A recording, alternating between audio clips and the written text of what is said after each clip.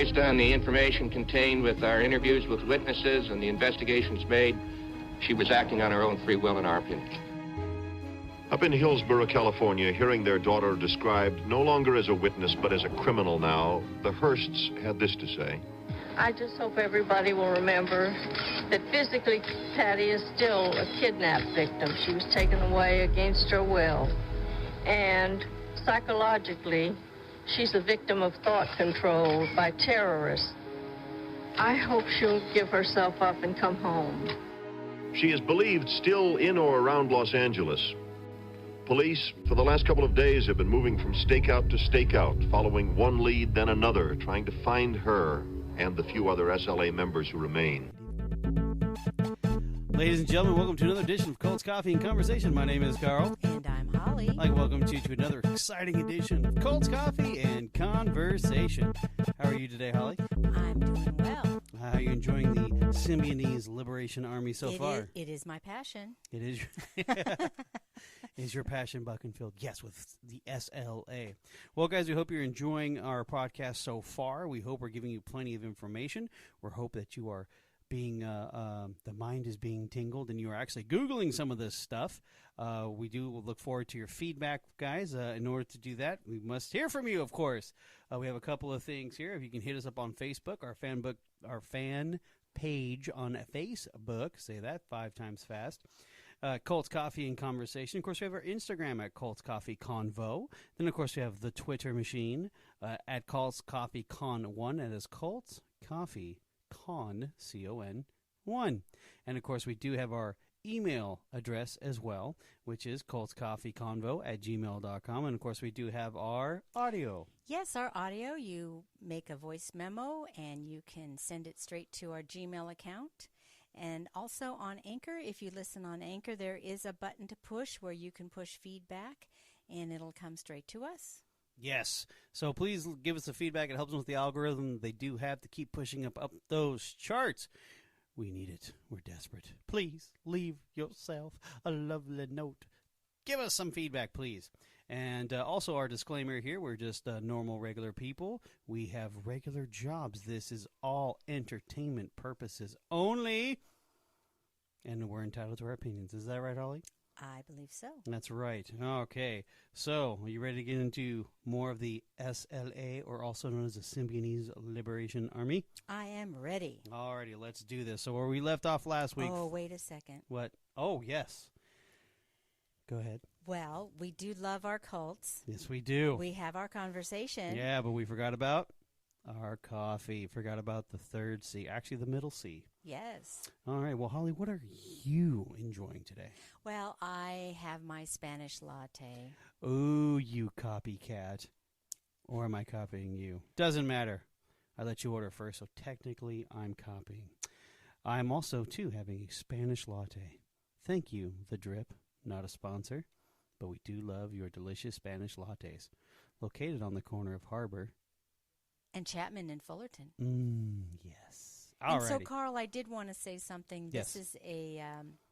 This is a re-podcast. A re-recording? Yes, a re-recording. A re-recording, yes, that is correct, because if you guys have noticed on our Facebook page and also on Instagram, and of course we did drop a audio version as well, we were at the Drip in Fullerton, actually enjoying our delicious coffee, and of course we did a live in front of a patio audience. Yes, it was. We were doing our podcast, and unfortunately, someone wasn't too pleased with the audio, and that's fine. Well, there was a lot of buses, motorcycles, and car noise. It is on the corner of a very busy intersection. Yes, it was an experiment, and now we know we're not going to do that again, at least in that exact location. In that spot on the patio. Yes. That is correct.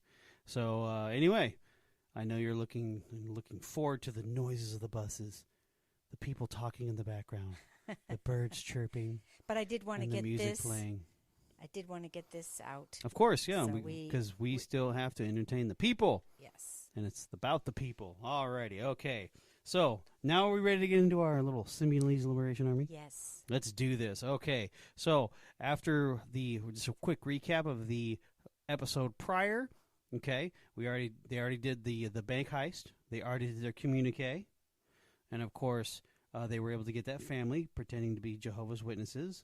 Yes. Okay. And then, of course, DeFries was not happy with the situation they were at because even though the apartment was larger, they were still in an all-black neighborhood for the most part. And, of course, there's 8 white people, so they stick out like sore thumbs. Yes. Alrighty. And, of course, what does he say? He announced we're moving to Los Angeles. Alrighty. So let's talk about the move to Los Angeles. Now, since they had 3 vehicles, DeFries divided up the group 3 to a van. Avoiding the I-5 freeway, they drove down the Highway 99 through Central Valley at night. Now, carefully obeying the speed limits, very smart. They took turns driving through the night. Now, when they arrived in L.A., DeFries and Nancy Ling found a house to rent. Now, she came back with a dilapidated is the word I'm looking for, a house in the poorest neighborhood with no electricity or no hot water. There's an upgrade. The group realized that they were spiraling down in their accommodations with each move they made. Now, without appliances, they regulated to eat cold canned food, delicious, military drills, fun, calisthenics, and knife fighting instructions to fill their days. That's what I'm talking about. Now, the three-person team they established on their move to San Francisco to L.A. were still intact. Now, Patricia was with Bill and Emily Harris. DeFries wanted them to buy heavy clothing for the group. At first, Ms. Moon objected to them taking Patricia with them because she was too weak and recognizable. Now, the Harrises made the argument that they were comrades and they should stay together. They trusted Patricia, also known as Tanya, also stated that she would back them up if necessary. Now, of course, DeFries overrode Ms. Moon, overrode her doubts, and he decided to let them go. So shortly before 4 p.m. on May 16th, 1974, Patricia and the Harrises drove a red and white Volkswagen bus on errands in the city of Inglewood. In the van, there was an envelope with cash to pay a parking ticket. This would later launch the authorities to discover their hiding place. After shopping at several stores for supplies of clothing and sundry items, they stopped at Mel's Sporting Goods. Bill and Emily went in while Patricia stayed in the van. They picked out warm clothing and were going to the register to purchase them when Bill Harris decided to hide a bandolier, that's a shoulder belt with loops or pockets for cartridges, in his pocket. So he's shoplifting. The store security officer noticed it and prepared to apprehend Bill as soon as he left the store. Bill walked out, and the security officer asked him to step back inside the store. Harris did not want to be detained and frisked, so he ran away. The security officer tackled him, and Emily jumped on the security officer to pull him off Bill. A store employee and a passerby joined in the pile. When Bill reached for his gun, someone yelled, "He has a gun!" And meanwhile, in the van, Patricia was reading a newspaper Bill had bought earlier in the day. Now, she had the curtains in the van closed. Now, she was wondering what was taking too long, or what was taking so long. And she opened up the curtains to see that there was a human pileup in front of the store. She jumped into action and grabbed the largest gun at her fingertips. It was Bill's submachine gun. She fired off rounds towards the store and blasted the plate of glass windows where the bullets had entered the store.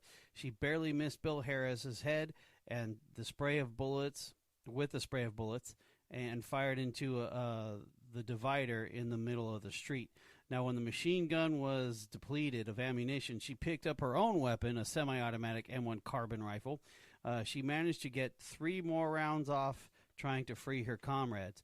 Now, Bill and Emily reached in the van and took off as quickly as the VW van would allow them. Yeah, there's a fast car.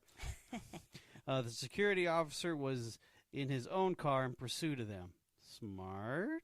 Well, now, this security officer was also studying to be a police officer. That's a lot of hubris there, my man. So Bill was blowing through the spotlights, trying to shake off the security officer's chase. Finally, Bill just stopped his van, got out with a gun, and guess what the officer did?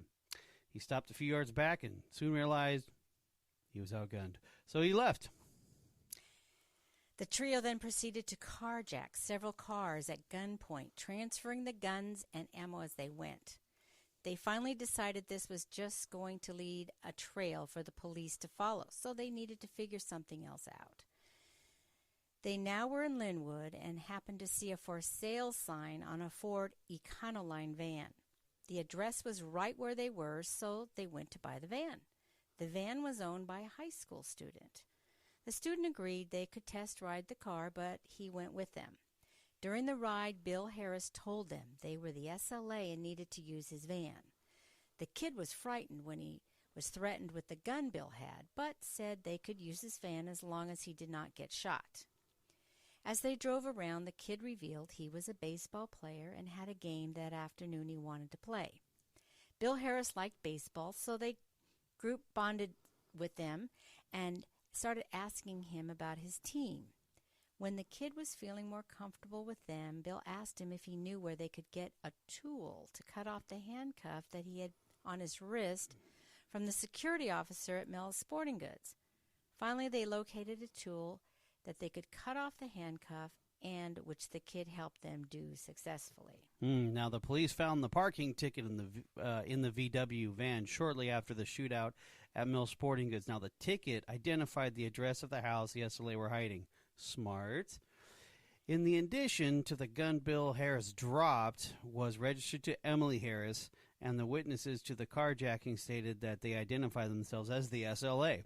Now, of course, this led the police right to the house, to the rest of them where they were all in. It was assumed by Bill, Emily, and Patricia that their comrades have already left the house on 84th Street and activated the backup plan. Well, DeFries had put the backup plan into motion in case they got separated. They would meet up at Century Drive-In in Inglewood at midnight, place a cup over the speaker stand to indicate which car that they were in. Now, Bill, Emily, and Patricia and the kid were there waiting for the rest to show up. When they did not show up, they left, drove around the Hollywood Hills and Mulholland Drive, then finally stopped a few hours to sleep in a secluded spot. Once again, they needed a different car so they could let the kid go to the baseball game that day. Emily and Patricia flagged down a man driving a late model Lincoln Continental, and they said they wanted to be taken to Las Vegas. Bill came up from behind with a gun and made the man get into the back seat. Still not feeling safe, they looked in the want ads for a cheap car to buy. They found a Plymouth Valiant for $250 and let the owner of the Lincoln Continental go. The news broadcast the 84th Street house had been raided, but none of the SLA members were there. The three of them were relieved, but did not have a clue where the others were or how to get in touch. Emily Harris had the idea to go down to Disneyland in Anaheim because when working there one summer, she remembered there were motels directly across the street from the park. She thought they could blend in with the tourists there. This was May 17th, 1974. After checking in, they turned on the TV. All righty. So, of course, if this is going on, what do you think is happening? Police activity, right? So even though in the 84th Street house raid did not produce any SLA members, the LAPD found evidence there were 9 people living there. Now, word came back to them that there were 2 vans associated with the house. Now, the patrol officer decided to look in an alleyway about 5 miles away where stolen cars were often dumped. They discovered 2 vans matching descriptions parked there. Plainclothes officers cased the area and narrowed down 4 houses as possible hideouts. Now, in the meantime, the LAPD and now the FBI were having their own battle over jurisdiction over the matter. Now, in the end, the LAPD head of SWAT, Daryl Gates, that guy, that sounds familiar. Daryl Gates overcame the territory war and ordered the 2 elite units of SWAT officers, totaling 17 men, backed up by more than 200 other police personnel, to assemble a staging area near 53rd Street in await further orders. Now, alongside of the police actions, the news media was scrambling to get the lead on the SLA in LA story. Now, KNXT News was an innovative piece of technology called the Minicam. Now, it was a portable camera with a microwave transmitter attached to the top of a small truck. Now, this allowed live-action broadcasting. Normally, news teams would film an event, rush it back to the studio, develop the film, and edit before showing it on TV. Now, the shootout at Mel's Sporting Goods being the prior day, and the trail of stolen, hijacked cars had everyone obsessed with the questions. Where was Patty Hearst? Was she one of the SLA members doing these crimes? Leads were coming in from all over the area. KNXT was gearing up to cover what they felt was going to be one of the biggest news stories in a long time. Mm-hmm. A person associated with KNXT happened to live in the Hollywood Hills near the crossroads of radio transmissions in Los Angeles. He is what we know now today as a hacker. He was able to track confidential police radio transmissions, which allowed KNXT to shadow the police movements. KNXT was able to find out through these intercepted radio transmissions the police were converging on a house near 54th Street and Compton Avenue. Bill Diaz, a 32-year-old correspondent for KNXT, wanted to take the minicam to cover the arrival of the Symbionese Liberation Army to Los Angeles. When he arrived with the minicam, he observed a house at 1466 East 54th Street was surrounded. He quickly took his microphone and started winding his way around buildings to get as close to the scene as possible. He was able to set up an alleyway so the camera could be looking at him and showing the house behind him as they were transmitting the picture back to the station. A problem arose when the KNBC news truck arrived. Having an old-fashioned live TV truck that was used for sporting and political events, and because they had arrived on the scene later than KNXT, they could not get a clear picture of the house. In addition, their signal was blocking the minicam signal, which bounced off Mount Wilson Tower. This was a journalistic standoff. After some negotiations between KNXT and KNBC, it was agreed that KNXT would share its live feed with KNBC and KABC, and KNBC would share news helicopters feed with KNXT. An unprecedented news event happened that day. In less than an hour, the feed had gone nationwide live. This had never happened before. A news event was being broadcast live without cable being laid and pre-planned. So that's pretty much now everything is live feed. So yes, this is the first, ladies and gentlemen, it's the first SLA. Alrighty, so let's see what the SLA were doing during this time.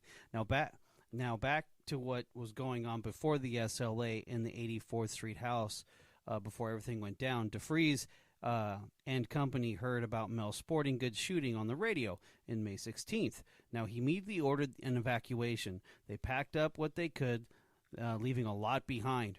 Now, it was after midnight, so the backup plan was to meet the Harrises and Patricia at the Corsa Century Drive-In, but it was too late. They had no contacts and nowhere to go. They drove around South Central Los Angeles with two of the remaining vans late into the night. Now, seeing that the light was on the house that they passed by, DeFreeze stopped and knocked on the door of 1466 East 54th Street.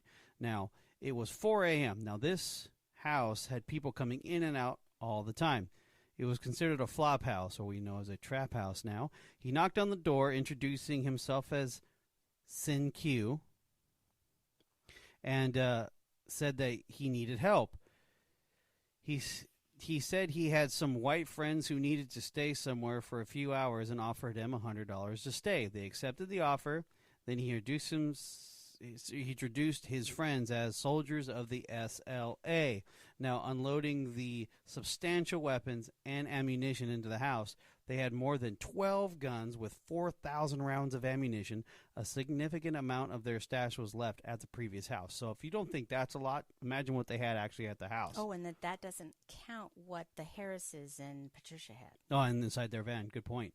Now, together, or, well, whatever vehicle they're running around now, together, the bandoliers of ammunition, cardboard boxes of documents, suitcases, and sleeping bags. Now, most of the people in the house were either on drugs or drunk. So DeFreeze introduced himself as Sin from the SLA, and he asked a couple to buy a car for him and give them $500. But guess what? They never returned. There were children in the house, and DeFries told an 11-year-old boy he better hide in the bathtub if he did not want to get killed. Instead, the boy just ran out the back door.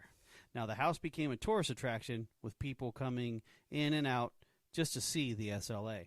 About 12 hours later, Minnie Carr, a grandmother, came to find her grandchildren. Hearing the SLA were in the house, she wanted to get them out before the violence ensued.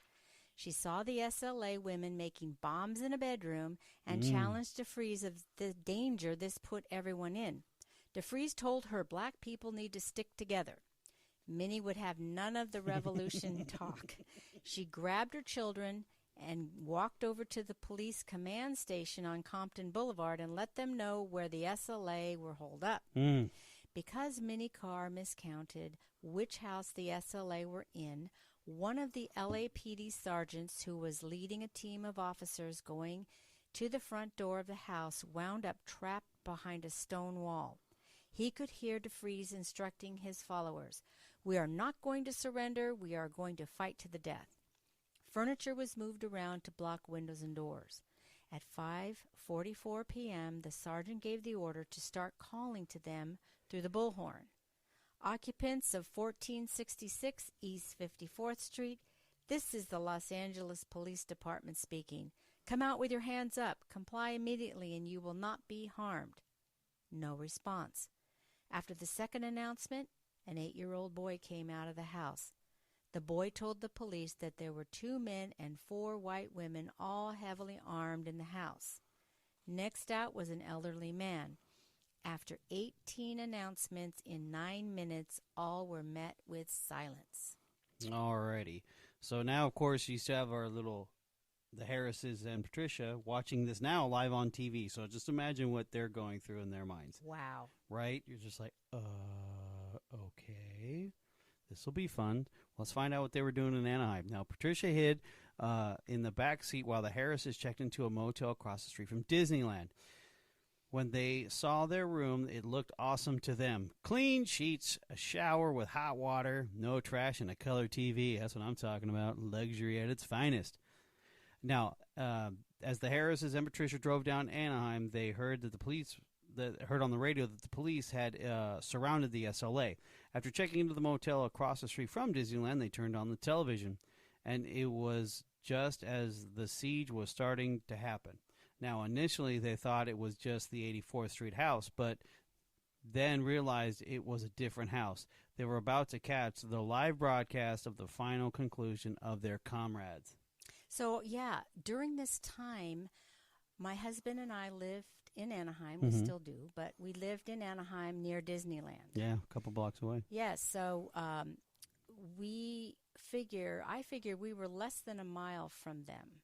Easily, yeah. At that exact moment, okay? And also, we were hearing what was going on the radio in our car at the time. I don't know where we were going, but we were in the car listening to it.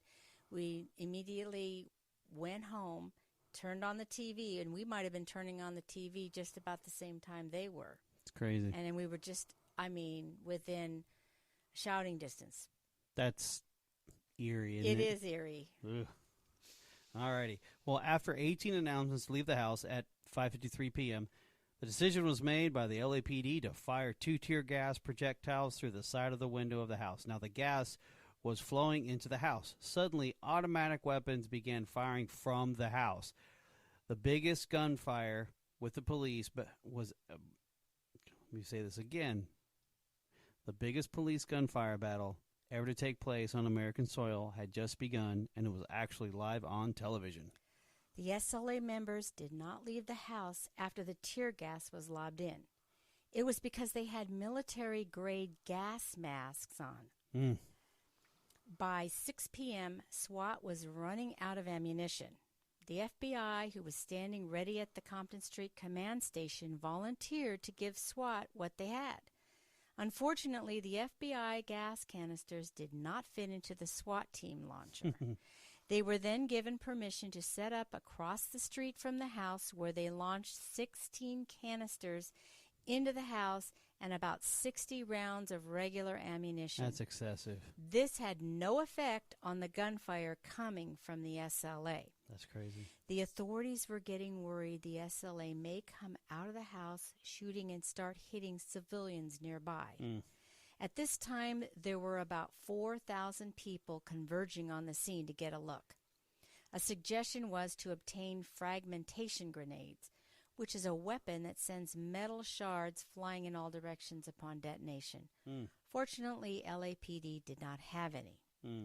The shooting went on, and by 6:30 p.m., one of the SWAT officers climbed a roof on the house next door. After almost getting shot, he saw 3 women who had refused to leave earlier laying on the floor.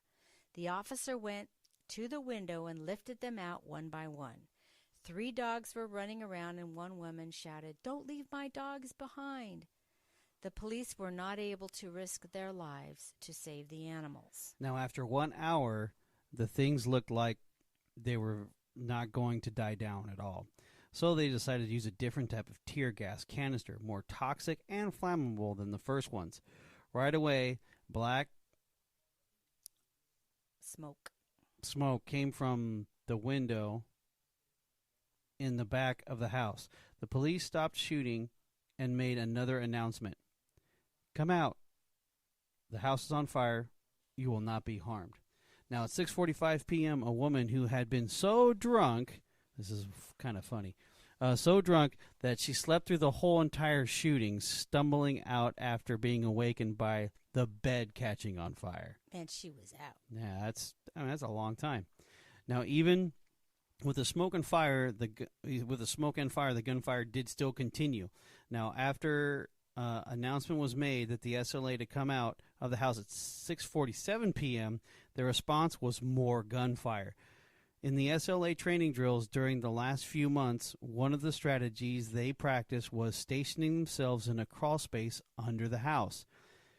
This they did by removing the heater grate on the door and from under the house firing out of the air vents. Now, DeFreeze, Ms. Moon, Nancy Ling knew they would be eventually lose their lives because of the Marcus Foster assassination. So they never would imagine from their recent past in their lives that they would end in an inferno. Now, DeFreeze, a low-level criminal, Ms. Moon, a person who hung out in the library, Nancy Ling, a drug-addicted topless dealer. The other 3, Angela Atwood, wanted to be an actress, William Wolfe, an architect, and Camilla Hall, a poet growing flowers in a Berkeley park. By 6:50 p.m., the smoke coming out of the house was so thick nothing could be seen. The SWAT officers at the back of the house saw the first SLA members come out of the house via the small space the dogs used to get out of the summer sun. It was Nancy Ling. She rose from a crouching position and aimed her gun at the police officers.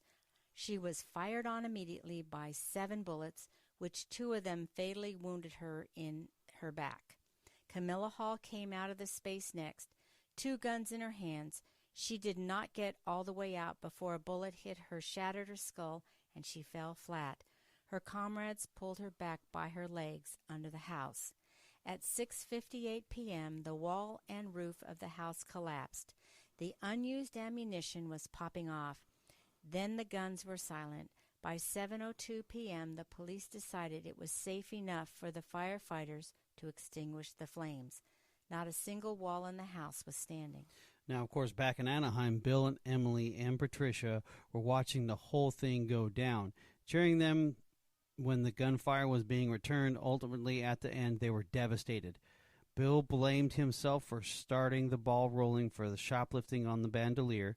Initially, he wanted them to go to the house on East 54th Street, attack the police from the rear of the house, and allow their comrades to escape. But Emily stated it would be futile, and they would be killed also. She tried to comfort her husband by saying that they would live to fight another day. Now, Patricia, she went into the bathroom and felt her life as she knew it, as far as her path, was as being an urban guerrilla, and there was no turning back. So the police were out to shoot her on sight, just as they did her SLA comrades. Now, Emily talked her out of the bathroom, where they watched the aftermath of the shooting on 84th Street. Now, the question on everyone's mind was Patty Hearst in that house? Is she dead? The only people who knew for sure were in the motel room by Disneyland. In the end, the following was the report of the investigation of the incident. SWAT team fired more than 5,300 rounds of ammunition in a little more than an hour of fighting. The police used 83 tear gas canisters. The number of rounds the SLA used was hard to determine, but it was between 2,000 and 3,000 rounds. Fire department could not pinpoint the cause of the fire, but it appeared the tear gas played an important role. In addition to the house at 1466 East 54th Street being destroyed, 23 homes in the area were damaged. The houses on either side were burned to the ground. 3 dogs next door were killed in the fire. No officers were, and there was only a handful of suffered minor injuries. Now, the SLA member died is the following. Nancy Ling and Camilla Hall, they were killed by the police. Now, Angela Atwood, William Wolfe, and Ms. Moon, now they died of burns and smoke inhalation. Now, here's the interesting one. Donald DeFries died of a bullet wound to the temple of the head. The authorities were unsure whether it was from his own gun or a police round that hit him. Initially, 5 bodies were removed from the house, and the next morning they found the 6th body, which was Camilla Hall. Patricia was not in the house. Patricia was not dead. But where was she? Wow. That is an adventure. That's a lot. What a terrible way to die. Well, they knew they were going to go that way. I believe they were going to fight to the death. Here's the thing. We've gone through a majority of these, these cults, if you want to, this, does pretty much register as one. Notice the leader always kills himself. Yeah, I would probably think that he did kill himself. Yeah, because to the temple, I mean... Well, they couldn't prove it, so that's why it's still, they didn't want to say either way. Right. But, I mean, just imagine, you take a look at the extreme that these people went to, just like we said before, one was, reading poetry and growing flowers, the other one was an architect. I mean, many different walks of life, all of them having, for the most part, minus the topless card dealer, had it come from really good, solid families. Well, they all did. Actually, they all did, yes. Minus DeFries. Correct. And they were able to be manipulated, I guess you could say. Yes, they were able to be manipulated by DeFries into this military group. Right. It's just strange that, it's just... this one makes not a lot of sense. A lot of them don't make sense. This one really is a head scratcher. Well, so we're going to go on next time. Yes. And we're going to talk about what happened to the Harrises and Patricia after all this. Yes. Because obviously there is a story to that. Oh, yes. And then I would like to do a little more on our wrap-up show of the mentality of what was going on in those days and stuff. So I'm not sure if I'll ever get those answers, for you, no. As far as what would allow these people to be in this extreme. Well, the same thing with the Alamo Foundation, same with the Rajneesh, same with, the People's Temple. We can go on and on and on about the people we've covered, but still, it's just shocking to see what, the lengths of how people will go as far as their belief system goes. Well, now let's just, in today's date, it's, the ISIS fighters. They would leave the United States, and they would go over there. They would listen to the rhetoric on the Internet, and they would find their way over there. Right. And do crazy things in a way like these, violence, and have violence on themselves, even these women, and so I guess there's some kind of mind-bending things that happen in our psyche. Right. Well, Another topic for another time. Yes. Alrighty. Well, that closes our part 5 of our road down to the Symbionese Liberation Army. And on that note, good night, Holly. Good